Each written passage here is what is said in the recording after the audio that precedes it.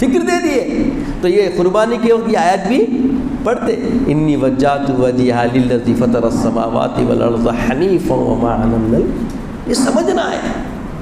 یہ تصور بار بار دیا جا رہا ہے کہ جو کر رہے ہو یہ کرنا تمہارا خالص رب العالمین واحد الہ کے لیے، اللہ کے لیے.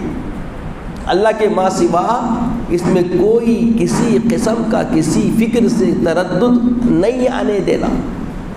تو پہلی آیت کے پہلے حصے میں فرمایا لن ینال اللہ لحومها ولا دماؤها، نہ تمہارا گوشت اللہ کو پہنچتا ہے نہ تمہارا خون اللہ کو پہنچتا ہے. وَلَٰكِن يَنَالُهُ التَّقْوَىٰ مِنكُمْ، تمہاری طرف سے اگر کوئی چیز اللہ کی بارگاہ میں پہنچنے والی ہے تو وہ تمہاری جو قربانی جو تم دینے کے لیے جو جس طریقے سے جو بھی نیت بنا رہے ہیں وہ نیت، وہ حرارت، وہ ایمانی جذبہ جو اللہ کی الفت، اللہ کی معرفت کے ساتھ تمہارے اپنے تین جاگوزی ہو گئی ہے، اسی کو اللہ دیکھتا ہے کہ تم کر کس کے لیے رہے ہو.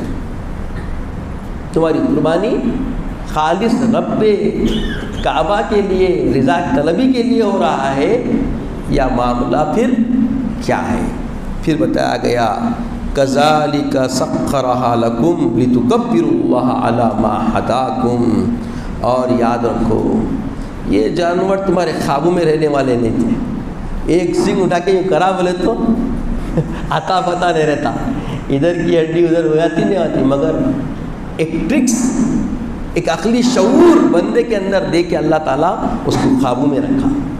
تو یہ تمہارے لیے مسخر جو کر دیا گیا ہے تمہارے جو خوابوں میں ہے کہ تم اس کو پچھاڑ کے اس کو ذبح کر کے تم حلال کر کے خود نوش کرنے کے قابل جو بن رہے ہو، یہ اللہ کی طرف سے تمہارے لیے ایک ہدایت ہے، ایک اللہ کا کرم ہے تم پہ.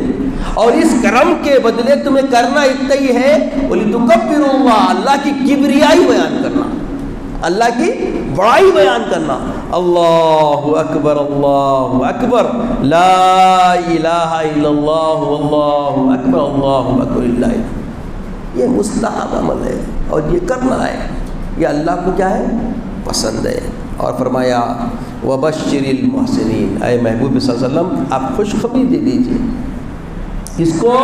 محسنین کو، اچھے عمل کرنے والے مخلص لوگوں کو، جو عمل اللہ کی راہ میں قربانی دے رہے ہیں ان کا عمل کیسا ہونا؟